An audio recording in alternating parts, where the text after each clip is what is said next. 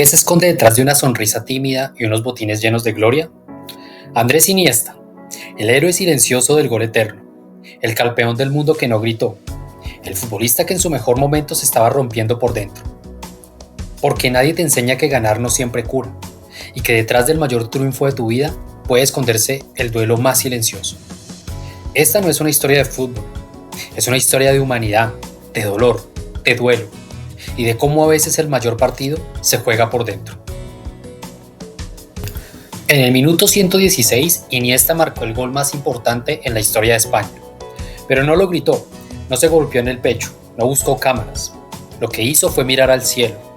Ese gol no era solo suyo, era de un amigo que ya no estaba, Dani Jarque, capitán del Español, su compañero, su hermano, muerto de forma repentina a los 26 años.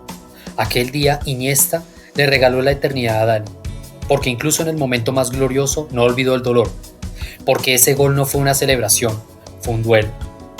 Ese día el mundo vio a un héroe, pero Iniesta solo quería que alguien lo viera a él. Fue el gol de su vida, pero ese gol no era solo suyo, era de un amigo, de una ausencia, de una herida que no cerraba ni con título mundial.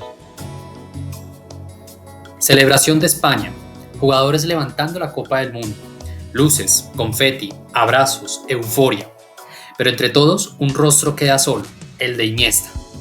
El mundo lo ovacionaba, pero por dentro Andrés se estaba apagando. A veces levantar una copa no alcanza para sostener el alma.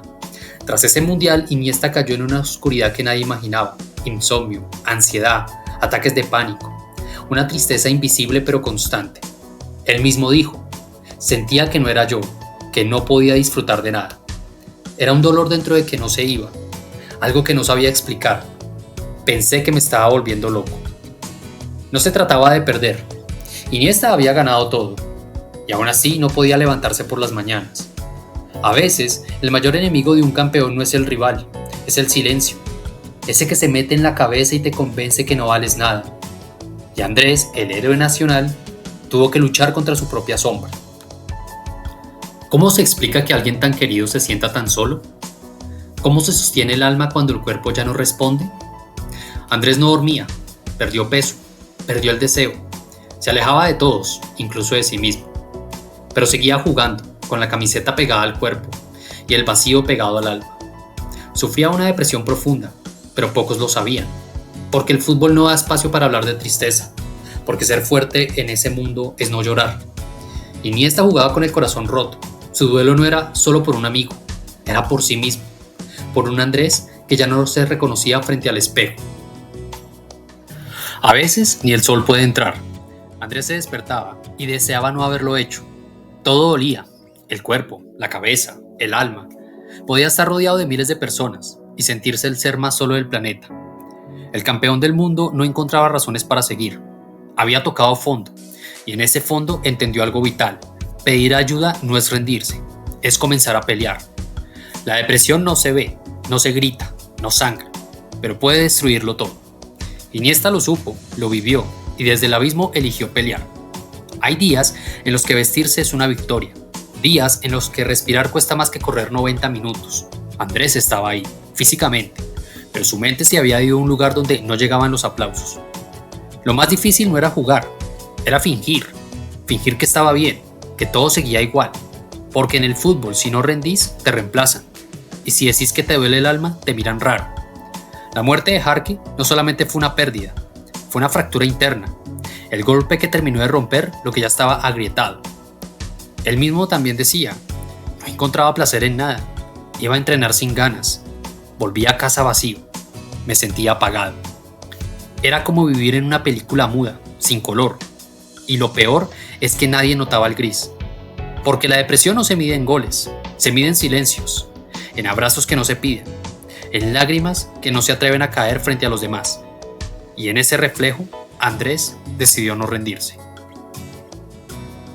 No fue de un día para el otro, no hubo un clic, no hubo magia, solo pequeños pasos, dados con miedo pero hacia adelante. Volver a tocar la pelota, volver a sentir el pasto bajo los pies, volver a conectar con eso que lo hacía feliz antes del dolor.